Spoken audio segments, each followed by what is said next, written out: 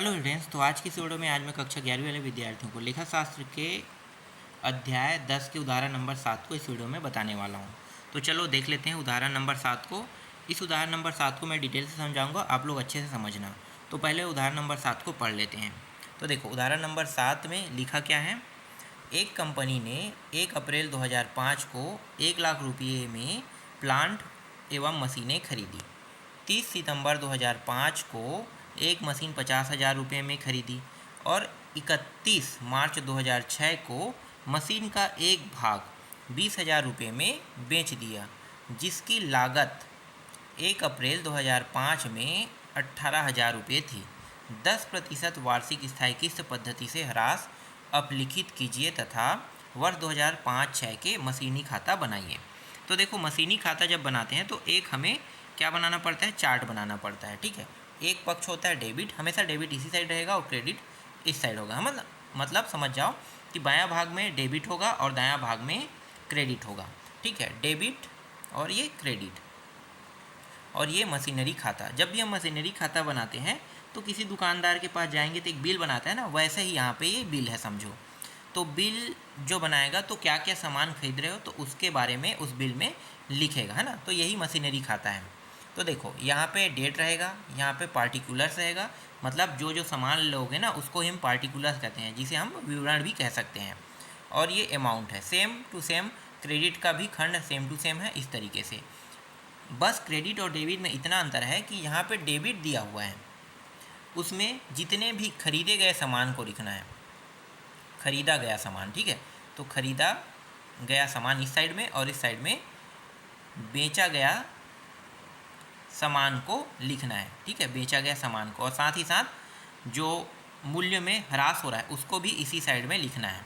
तो चलो अब बना लेते हैं मशीनरी खाता को। तो सबसे पहले क्या हुआ था, सबसे पहले 1 अप्रैल 2005 को 1 लाख रुपये का मशीन और प्लाट खरीदा। ठीक है, और सेम डेट देखो यहाँ भी है, 1 अप्रैल 2005 में 18,000 रुपये थी, है ना।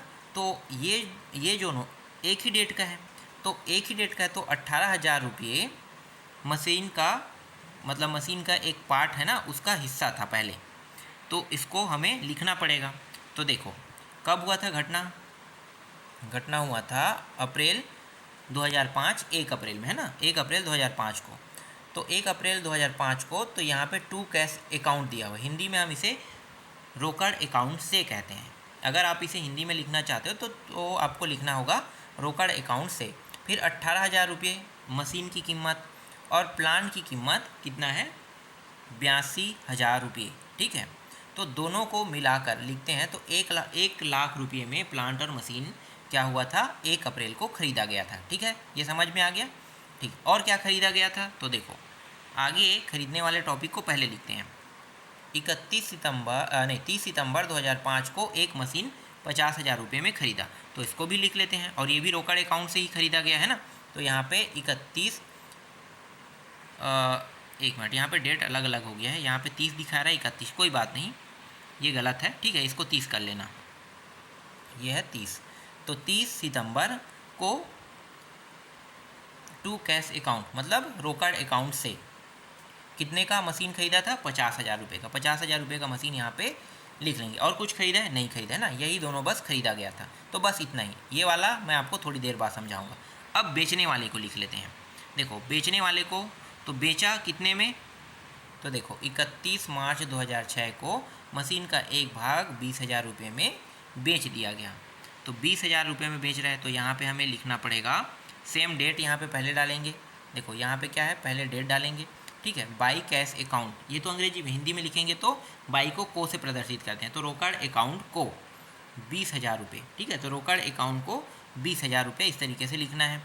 अब अगला क्या है, जो 10% के, देखो यहाँ पे क्या लिखा, 10% वार्षिक स्थायी किस्त पद्धति से ह्रास, है ना। तो 10% के कमी करके अब लिखना है। तो वो सारे चीज़ जिसको हमें कमी करना है वो किस साइड में जाएगा, वो इस साइड में लिखा जाएगा। ठीक है, तो सबसे पहले 18,000 का 10% निकालते हैं। देखो सबसे पहले मशीन का निकाल लेते हैं, तो 18,000 का 10% कितना होगा, ये दोनों कट गया, ये दोनों कट गया, यहाँ पे कितना दिखाई दिया, 1800। ठीक है, तो यहाँ पे 1800 आ गया। फिर 82,000 का निकालो, तो 82,000 का कितना होगा, तो इसी को बदल लेते हैं, 18,000 को 82,000 बना लेते हैं। तो देखो एक शून्य यहाँ पे, एक शून्य, और नीचे में 100 था ना, तो दो शून्य दोनों शून्य कट गया, तो 8,200 बचा है, तो ये 8,200 आ गया। फिर 50 का निकाल लेते हैं। देखो ये 30 सितंबर 2006 वाला है ना, 30 कर लेना, 31 गलत है। रोकड़ अकाउंट को 50,000 रुपये, तो 10% इसमें भी होगा, लेकिन डेट याद रखना, डेट है सितंबर, सितंबर के बाद क्या आता है, अक्टूबर, नवंबर, दिसंबर, जनवरी, फरवरी, मार्च, तो 6 महीने बस का निकालना है हमें, ठीक है, 6 महीने का। इसमें साल भर के निकालने की ज़रूरत नहीं है। क्यों? क्योंकि ये सितंबर से शुरू हो रहा है, ये 1 अप्रैल से हो रहा है, इसलिए साल भर का निकाल रहे थे। और ये कब से शुरू हो रहा है, ये हो रहा है सितंबर से, तो 6 महीने का हमें बस क्या करना है, निकालना है। तो 50,000 का 10%, 10/100 गुणित 6 महीने का 6/12, तो 6/12 मतलब 12 महीने में 6 महीने का निकालना, 6 कम 6 दूनी, कट गया ये।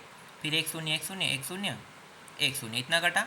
फिर 2 से इसे भाग कर देंगे 5,000 को, तो कितना आ जाएगा, 2,500 आ जाएगा। तो देखो 2,000 यहाँ पे 500 आया है, ठीक है। डिप्रिसिएशन कितना आया है, जो हम लोग ह्रास कर रहे हैं ना 10%, वो कितना आया, 6 महीने का 2500 आया। समझ में आ गया? महीने का भी कहेगा तो महीने का भी कैसे निकालना है ये मैंने बता दिया। जैसे यहाँ पे 7 महीना होता तो 7/12, 8 महीना होता तो 8/12, ठीक। अब क्या करेंगे, अभी ये जो क्रेडिट साइड है इसी को ही अभी हल करेंगे, ठीक है, क्रेडिट साइड को ही हल कर लेते हैं। तो देखो इन तीनों को अगर जोड़ते हैं, 1800, 8200 है ना, 8,200, इन सभी को जोड़ेंगे तो कितना आएगा, 12,500। तो टोटल अमाउंट कितना हो गया, 12,500, ठीक है। तो 12,500 हमने यहाँ पे लिख दिया, ठीक। अब यहाँ का काम ख़त्म हो गया। अब आते हैं दूसरे साइड, ठीक है, यहाँ से देखो, ठीक है। तो देखना अभी ये जो 18,000 है ना, 18,000 कार्यविधि को देखना, यहाँ पे कार्यविधि है, ये कैसे आया होगा, तो पुस्त मूल्य मतलब जो मूल्य था उसमें 10 पैसे की कमी कर रहे हैं, तो 1,800 रुपये की कमी करेंगे तो कितना बचेगा, 16,200, जैसे कि यहाँ पे आया है 16,200, ठीक है। अब विक्रय, बेच कितने खरीद, ये है बेचने वाला है ना, विक्रय मतलब बेचना, तो विक्रय 20,000 रुपये का है, तो 20,000 रुपये को 16,000 रुपये में, देखो ये है खरीदने वाला मूल्य था, जिसमें 1 साल बाद अगर उसकी कीमत जो है वो कम हो जाएगा 10 पैसे, तो 1 साल बाद की कीमत है ये, तो 18,000 से कितना हो गया, 16,000। अब इसको बेच रहे हैं ना, और उसका कुछ पार्ट को बेच रहे हैं, तो कुछ पार्ट को बेचने पर उसी समय, जिस समय इसकी कीमत कम हो रहा है उसी समय इसको बेच रहे हैं, तो 20,000 रुपया हो रहा है, ठीक है। तो प्लांट का कुछ हिस्सा बेच दिया गया 20,000 रुपये में, तो क्या करेंगे, घटा देंगे इसको, तो घटाएंगे तो ये आ जाएगा 0, 8, 0, 0, इसके बाद 8 है ना, फिर 3, इतना आएगा, ठीक है। तो ये माइनस में ले लो, इसको प्लस में ले लो, तो बड़े संख्या को प्लस में, छोटे संख्या को माइनस में, ठीक है। ये समझ में आया? घटाओगे तो चलो एक बार और, पहले मैं 20,000 को लिख लेता हूँ। 20,000 में एक पार्ट को बेचा गया, 16,200 रुपये, ये इस तरीके से घटा दो, तो देखो ये शून्य मतलब 0, ये दोनों शून्य मतलब 0, ये हो गया 0, तो ये जो 0 है इसको एक उधार देंगे तो ये कितना हो जाएगा, 10, 10 में 2 घटाओगे कितना आएगा, 8। यहाँ से एक उधार लिया गया था, इस उधार के कारण ये 9 बन गया है, तो 9 में 6 घटाओ कितना होगा, 3, और ये उधार 2 से लिया गया है ना, मतलब बहुत आगे से लेते लेते आ रहा है, तो 2 से उधार लिया तो ये 1 हो जाएगा, 1 और 1 कितना हो गया, 0, तो यहाँ पे कितना आ रहा है, 3,800 आ रहा है। तो ये जो 3,800 आया है ये क्या है, प्रॉफिट एंड लॉस है, ठीक है, प्रॉफिट एंड लॉस। तो 31 मार्च को प्रॉफिट लॉस है ना, प्रॉफिट लॉस खाता से, तो यहाँ पे अगर हिंदी में इसे लिखोगे तो 31 मार्च को लाभ हानि खाता से लिखोगे, अंग्रेजी में हम इसे क्या कहते हैं, प्रॉफिट लॉस, इसीलिए यहाँ पे P और L लगा हुआ है। तो कितना हुआ प्रॉफिट लॉस, 3,800 रुपये, ठीक है। अब इन सभी को क्या करेंगे, जोड़ देंगे, 1,50,000, 3,800 को, तो कितना हो जाएगा, टोटलों को जोड़ेंगे तो 1,53,800 रुपये होगा, ठीक है। अब क्या करने वाले हैं, देखो इन दोनों को जोड़ना है, 20,000 और 12,500 को, तो कितना हो जाएगा, ये हो गया 0, ये हो गया 0, और ये जोड़ रहे हैं तो ये 5, फिर 2 और ये 3, ठीक है, 32,500 रुपया, ठीक है। तो 32,500 रुपया ये हो रहा है, तो 32,500 रुपया को 1,53,000 बनने में, 1,53,800 रुपये बनने में कितने की आवश्यकता है, तो 1,53,800 रुपये में क्या करेंगे, 32,500 को घटा देंगे। तो ये शून्य शून्य, यहाँ पे कितना आ जाएगा 3, और 3 में 2 घटाएंगे तो 1, 5 में 3 घटाएंगे तो 2, और ये 1, तो यहाँ पे आ जाएगा 1,21,000। देखो 1,21,300 आएगा। तो जो 1,21,300 रुपये है कहाँ से आया, तो इसी को हम कहते हैं बाई बैलेंस, है ना, मतलब लाया गया पैसा या लाया गया रुपया। ठीक है, कहाँ से ला रहे हैं, इस वाले में इन दोनों के जोड़ को घटाएंगे तब आएगा 1,21,300 रुपया। समझ में आ गया। तो इसको क्या लिखेंगे, इसको लिखेंगे लाया गया। ठीक है, लाया गया रुपया या लाया गया खाता को। इस तरीके से आप हिंदी में लिखोगे, अंग्रेजी में लिखोगे तो बाई बैलेंस CD लिखोगे। ठीक है, अब ये जो लाया गया वाला है इसको अब फिर क्या करेंगे, ले जाएंगे दूसरे जगह। ठीक है, दूसरे जगह मतलब ये साल के अंत हो गया। अब साल के अंत के शुरुआत में भी इसी पैसे को ले जाना होता है, तो इसको शुरुआत में ले जाएंगे। ठीक है, यहाँ पे लेकर आते हैं। यहाँ पे देखो ये भी गलत है, ये 2006 होगा। ठीक है, अप्रैल 2006, 1 अप्रैल 2006 को क्या कर रहे हैं, इस जगह में ला रहे हैं ना। तो ले जाया गया मतलब यहाँ से इसको कहाँ पे ले जा रहे हैं, यहाँ पे। तो यहाँ पे ये आ गया तो इसको कहते हैं टू बैलेंस BD। ठीक है, तो ले जाया गया और ये पूरा पैसा जो है इसको यहाँ पे हमने रख दिया। ठीक, तो इस तरीके से ये जो प्रश्न है आपका उदाहरण नंबर 7 वो पूरा कंप्लीट होता है। अब देखते हैं उदाहरण नंबर 8 को। देखो उदाहरण नंबर 8 क्या लिखा है भाई, एक मशीन 60,000 रुपये में 1 अप्रैल 2012 को क्रय की थी। इसकी कीमत 3 वर्ष बाद क्या होगी यदि इस पर स्थायी प्रभाग पद्धति से ह्रास काटा जाए और ह्रास की दर 10% हो तो मशीन खाता बनाइए। तो यहाँ पे सिर्फ 60,000 रुपया बस दिया हुआ है। क्रय मतलब क्या होता है, खरीदना। ठीक है, क्रय मतलब खरीदना, विक्रय मतलब बेचना। तो यहाँ पे क्रय किया गया है, same to same machinery account वही है ना। तो डेट दिया हुआ है, देखो पार्टिकुलर्स दिया हुआ है, अमाउंट दिया हुआ है, तो इसका मतलब विवरण, ये तारीख और ये रुपया है ना, अमाउंट।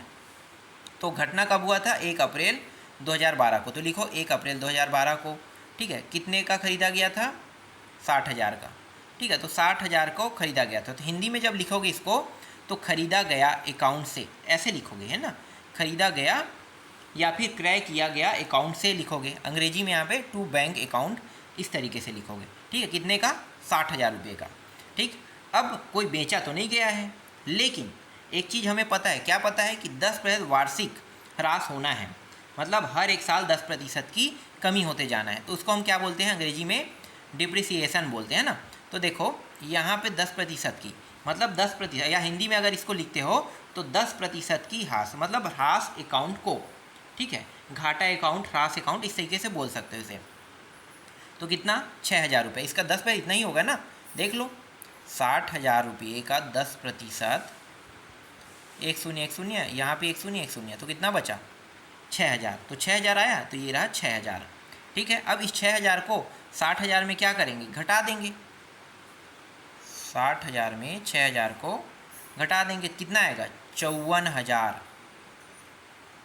ठीक है, देख लो 54,000 आएगा। तो यहाँ पे 54,000 आया। ये 54,000 कहाँ से आया, तो ये 54,000 जो है वो लाया गया है ना। ये जो 60,000 है इसमें जब 6,000 को घटाएंगे तो इसको पूरा 60,000 बनने के लिए जो क्रेडिट है, क्रेडिट के साइड में कितना है, सिर्फ 6,000 था। और दोनों साइड, डेबिट और क्रेडिट को दोनों को बराबर करना पड़ता है, बैलेंस करना पड़ता है। तो आवश्यकता कितना का है बैलेंस करने के लिए, 54,000 की। तो 54,000 आ गया, तो 54,000 को लाया गया। इसी को हम बाई बैलेंस CD कहते हैं या फिर लाया गया कहते हैं। ठीक है, तो लाया गया आप लिख सकते हो या फिर इस तरीके से। अब देखो दोनों के साइड 67,000 हो गया, ये भी 60,000 और ये भी 60,000, दोनों का हो गया। तो ये 1 साल का था। अब अगले साल चलते हैं, मतलब अगले साल में। तो ये जो 54,000 है इसको कहाँ पे ले जाएंगे, 1 अप्रैल, है ना, मतलब 2013 में ले जाएंगे।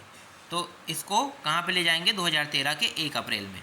तो चलो 2013 के 1 अप्रैल पे आते हैं। यहाँ पे देख लो 2013 के 1 अप्रैल में उसी 54,000 को लाया गया। तो इसको टू बैलेंस BD, है ना, या फिर ले जाया गया कहते हैं इसी को, ले जाया गया, ये रहा 54,000।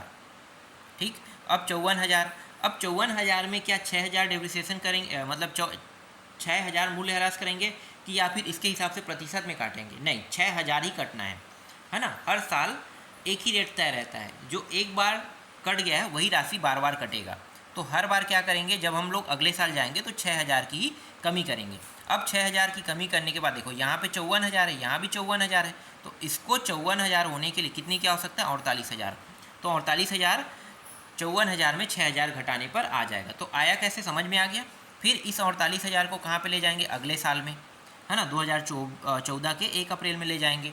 तो फिर टू बैलेंस बीडी फिर लिखेंगे, या फिर ले जाया गया लिखना पड़ेगा। तो ले जाया गया तो 48,000 यहाँ पे हमने लाया, फिर 48,000, कोई बेच नहीं रहे हैं, कुछ खरीद नहीं रहे हैं, तो डायरेक्ट क्या करें, अमाउंट को उतारते जा रहे हैं। 3 साल तक की हमें ये प्रक्रिया करते रहना है, क्योंकि प्रश्न यही कह रहे हैं 3 साल तक करना है। फिर 6,000 फिर घटा दो, तो 48,000 6,000 घटाओ कितना बचेगा, 42,000। तो इसी को बाई बैलेंस CD बोलते हैं। ठीक है, बाई बैलेंस CD यहाँ पे आ गया। फिर 42,000 और प्लस 6,000 कितना होगा, 48,000। देखो दोनों साइड बराबर हुआ। अब इसको वापस कहाँ पे ले जाएंगे, 1 अप्रैल 2015 को, और 3 ही साल का कहा था, तो 15 के बाद आगे अब बढ़ने की ज़रूरत नहीं है। तो यहाँ पे टू बैलेंस BD 42,000 लिखेंगे। यहीं पे ये जो प्रश्न है ये कंप्लीट हो जाएगा। ठीक है, तो इस तरीके से उदाहरण नंबर 7, उदाहरण नंबर 8 को मैंने समझा दिया। इसके बाद आगे के टॉपिक को बताऊँगा आप लोगों को।